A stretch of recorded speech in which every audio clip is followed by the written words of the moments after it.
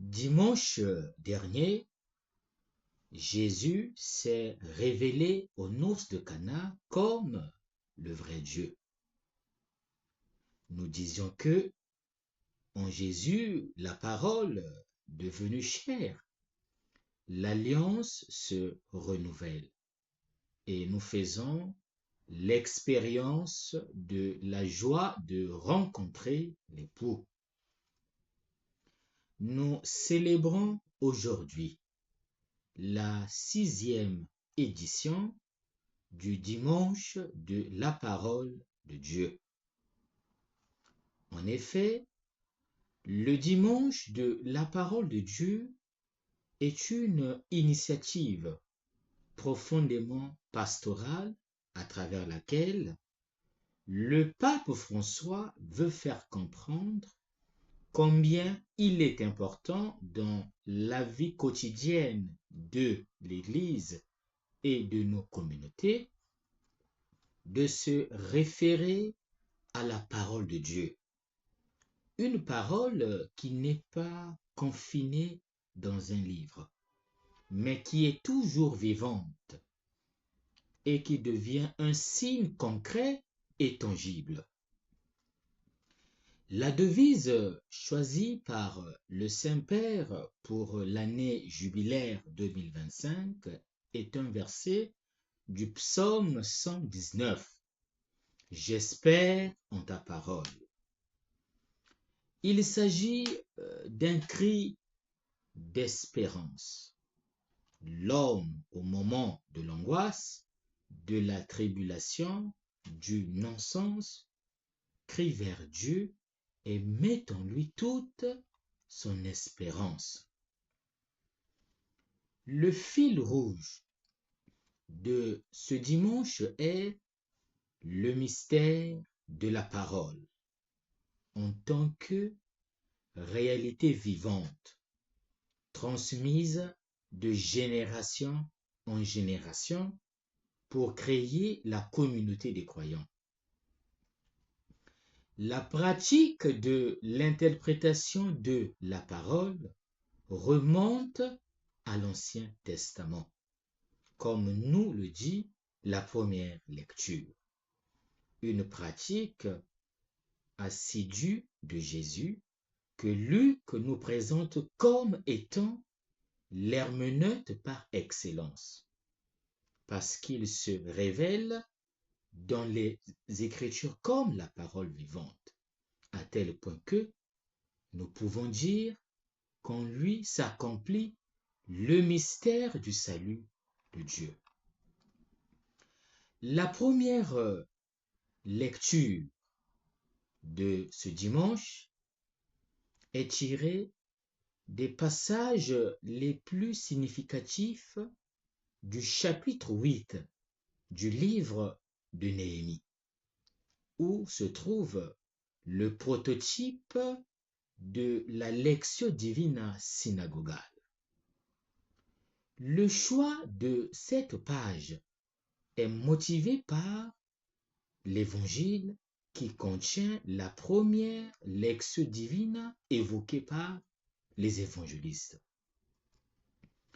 La liturgie synagogale décrite dans Néhémie chapitre 8 contient les éléments essentiels de la Lectio Divina.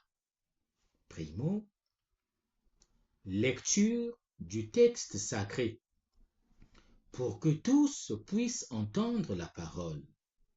Secondo, méditation avec la traduction du texte original hébreu dans la langue compréhensible par les personnes présentes et les explications appropriées. Tertio, transformation de l'écoute en prière avec louange à Dieu et bénédiction. Adoration et prosternation, voire avec des pleurs. En réalité, la Lectio Divina faite à cette occasion s'est révélée vraiment salutaire, car elle a transformé les enfants d'Israël présents. La participation du peuple était intense et culminait dans la joie du Seigneur et la célébration. Il s'agit là d'un modèle de lectio divina fécond et édifiant. Aujourd'hui, nous commençons la lecture continue de l'évangile de Luc. Le passage d'aujourd'hui est constitué du préambule de l'évangile de Luc. Luc chapitre 1, versets 1 à 4. Et du passage relatant la scène inaugurale du ministère de Jésus en Galilée. Luc chapitre 4, versets 14 à 21. Cette scène a déterminé, comme nous l'avons illustré, le choix de la première lecture, dans laquelle nous relevons les passages les plus significatifs de la lectio divina faite par les enfants d'Israël de retour de l'exil babylonien sous la conduite du prêtre Esdras. Luc chapitre 4, versets 14 à 21 relate en effet la lectio divina dans la synagogue faite par Jésus au début de sa mission. Après son baptême au Jourdain et après avoir surmonté les tentations du désert, le prophète de Nazareth commence à enseigner et à prêcher en Galilée, suscitant l'admiration de tous. Dans la version lucanienne, nous trouvons cependant un élément très important.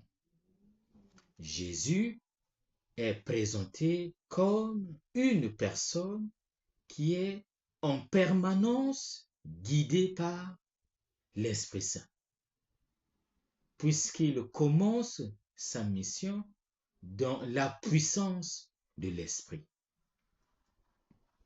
Un aspect christologique fortement souligné dans la scène inaugurale du ministère public du Christ est l'actualisation de l'oracle prophétique en la personne de Jésus. Clairement parlant, le culte synagogal comportait plusieurs moments de la liturgie, dont la lecture d'un passage des prophètes. Cette lecture était suivie d'une homélie. La lecture et l'homélie pouvaient être prononcées par un des hommes présents, désigné par le chef de la synagogue. Mais pour la circonstance, c'est Jésus. Et c'est sur le passage d'Isaïe 61, verset 1, lu par Jésus, que Luc concentre son attention et la nôtre. Dans une atmosphère rendue solennelle par la répétition des gestes liturgiques, recevoir le rouleau, le dérouler, le lire, le plier, le rendre au servant. Le silence de l'assemblée qui a entendu un passage plein d'espérance devient palpable. En effet, Le prophète Isaïe annonce le temps du salut, qui sera caractérisé par la bonne nouvelle aux pauvres et la délivrance des opprimés. La personne chargée de cette mission l'accomplira par la puissance de l'Esprit du Seigneur, qui agira sur elle et à travers elle. Il est important de noter que Jésus omet le passage d'Isaïe chapitre 61 verset 2b qui parle du jour de vengeance du Seigneur, parce qu'il lit maintenant l'écriture à travers sa vie, que le Père l'a désigné comme son héritier en l'appelant fils. Comme le dit l'évangéliste Jean, et le Verbe s'est fait chair et il a habité parmi nous. Ainsi, les yeux de tous ceux qui se trouvaient dans la synagogue étaient fixés sur lui, attendant l'explication de ce rabbin devenu célèbre dans toute la région. Mais l'homélie de Jésus surprend et déconcerte l'assemblée, car elle est d'une nouveauté choquante. Jésus exprime une révélation. Il ne commente pas la prophétie d'Isaïe, mais il la confirme, il l'actualise. Alors il se met à dire, aujourd'hui s'accomplit cette parole que vous avez entendue avec vos oreilles.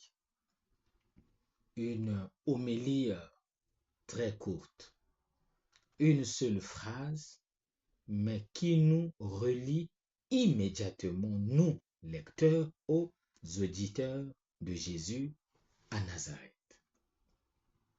Jésus se présente aujourd'hui dans la synagogue comme le centre de la révélation biblique, parce que en sa personne s'accomplissent les oracles de l'Ancien Testament.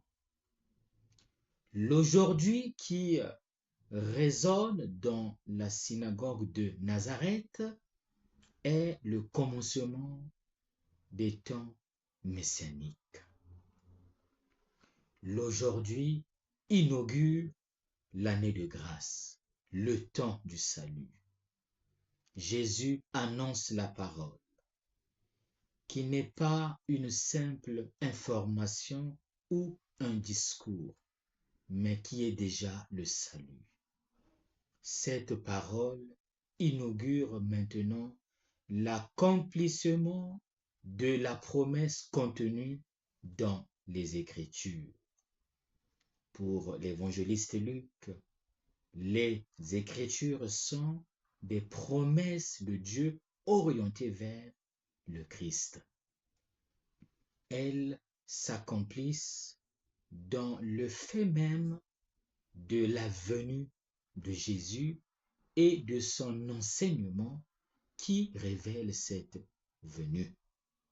La prophétie devient vivante, effective et actuelle. Encore une fois apparaît l'importance de la parole pour exprimer le contenu du ministère du Christ. C'est cette même parole annoncée par les apôtres et ensuite par l'évangéliste lui-même qui rend toujours présent l'aujourd'hui inauguré par Jésus. Le royaume de Dieu qui invite à la conversion, c'est maintenant Jésus, c'est sa personne. L'affirmation des gens de Nazareth qui pensent bien connaître Jésus depuis ses origines est un avertissement pour toutes nos assemblées. Connaître, c'est entrer dans l'aujourd'hui du salut, c'est partager une vie. Quel est l'enseignement à retenir? Dans la synagogue de Nazareth, Jésus fait sienne la lecture de l'oracle d'Isaïe. Cette parole de l'écriture que vous venez d'entendre, c'est aujourd'hui qu'elle s'accomplit. Ainsi, la prophétie d'Isaïe devient le programme du ministère de Jésus. Chaque fois que l'on fait l'expérience de Jésus, on célèbre le temps définitif de la grâce. L'aujourd'hui est donc le lieu de la révélation et exige la réponse de l'homme qui est appelé à prendre ses responsabilités pour s'ouvrir à la grâce ou s'enfermer dans le rejet et l'infidélité.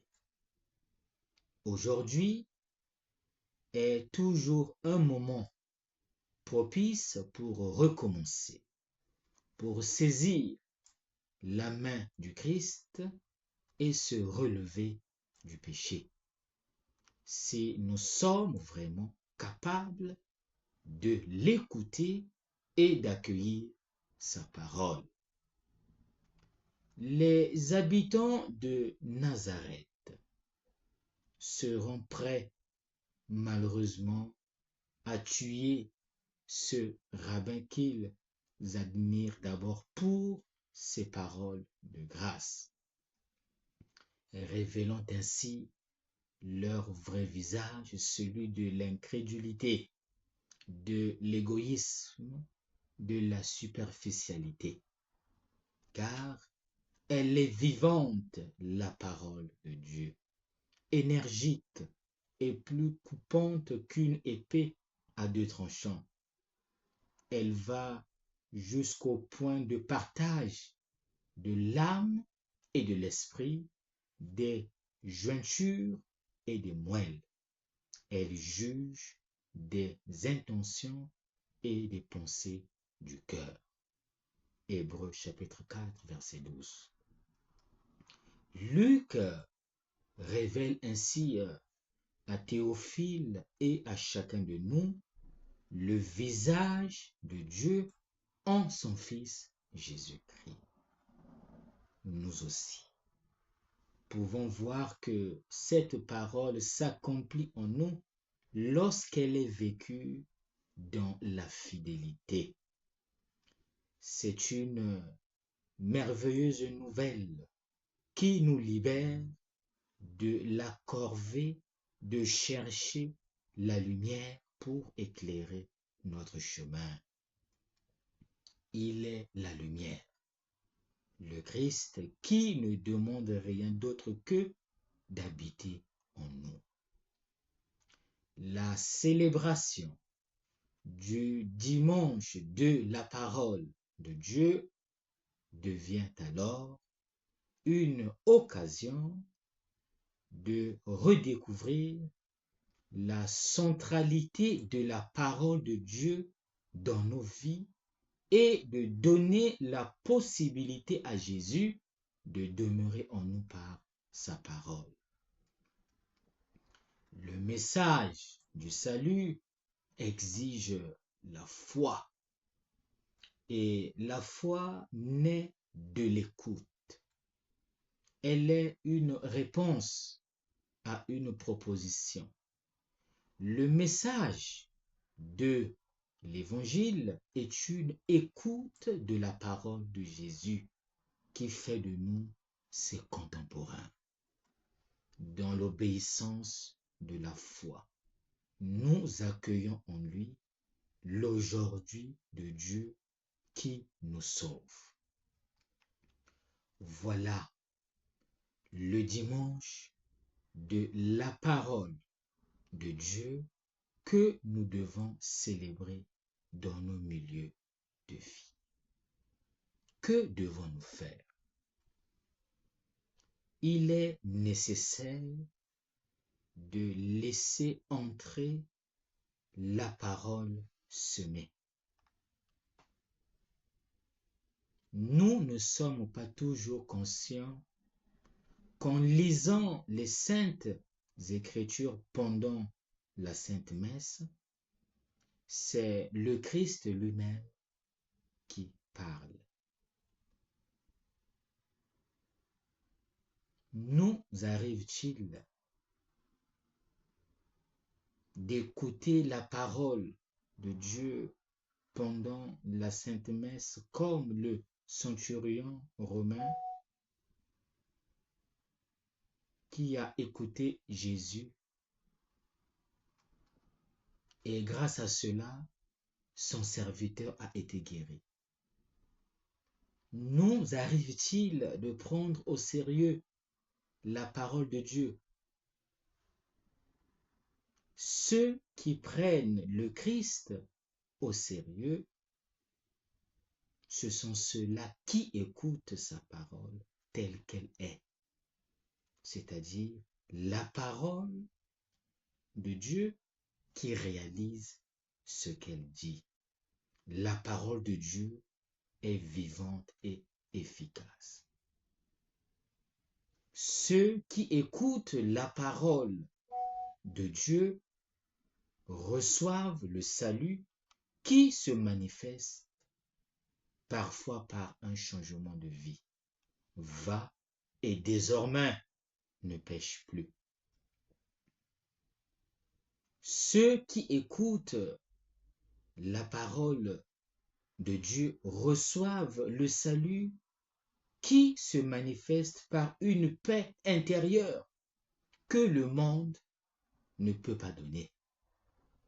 La parole de Dieu transmet la vie, nous régénère et ne cesse de produire ses fruits en ceux qui l'accueillent et la gardent. En tant que communauté de la parole de Dieu, en tant qu'Église qui célèbre l'Eucharistie et se construit autour de l'Eucharistie elle-même, il nous appartient de renouveler la pertinence de la parole de Jésus. Aujourd'hui, cette parole s'est accomplie. Ce que nous devons vivre dans la foi et l'engagement social, c'est que Jésus est le vrai Messie, que son évangile est l'unique annonce capable de renouveler le monde. Entre nos mains, comme entre les mains de Théophile, Jésus dépose le rouleau du livre, c'est-à-dire l'évangile, avec ses valeurs éternelles. Il incombe à chacun d'entre nous d'être prêtre pour apporter le ferment de l'évangile au monde et à la société, afin de créer ensemble une communauté digne de l'humanité. Que nous reste-t-il à faire? Il ne nous reste plus qu'à conjuguer deux verbes, écouter et accueillir. La parole de Dieu doit d'abord être écoutée. L'un des verbes les plus fréquents dans la Bible est écouter. La phrase la plus fréquente dans les Saintes Écritures est « Ainsi parle le Seigneur ». Et si tu parles, c'est pour être écouté. La parole de Dieu s'applique toujours à toute personne en tout lieu et en tout temps. Après l'expérience tragique de l'exil, comme nous le rappelle la première lecture, Israël met la lecture et l'écoute de la parole de Dieu au centre de sa nouvelle existence sur la terre des pères. La parole de Dieu opère le salut en ceux qui l'écoutent. La Constitution Sacrosanctum Concilium le déclare explicitement au numéro 7. Le Christ est toujours présent dans son Église et d'une manière particulière dans les actions liturgiques. Il est là présent dans sa parole, car c'est lui qui parle, tandis qu'on lit dans l'Église les Saintes Écritures. Dans la Sainte Messe, il y a une partie que l'on appelle la liturgie de la parole. C'est le moment où, à travers la lecture des textes bibliques, le Christ se rend présent et nous parle. Au sein de l'assemblée ecclésiale, c'est le Christ lui-même, comme dans la synagogue de Nazareth, qui ouvre le livre, le proclame et dit à chaque personne présente, aujourd'hui, cette écriture s'accomplit à vos oreilles. Mais cela n'a pas d'effet automatique ou magique. Pour porter du fruit, la semence de la parole a besoin d'une terre qui l'accueille.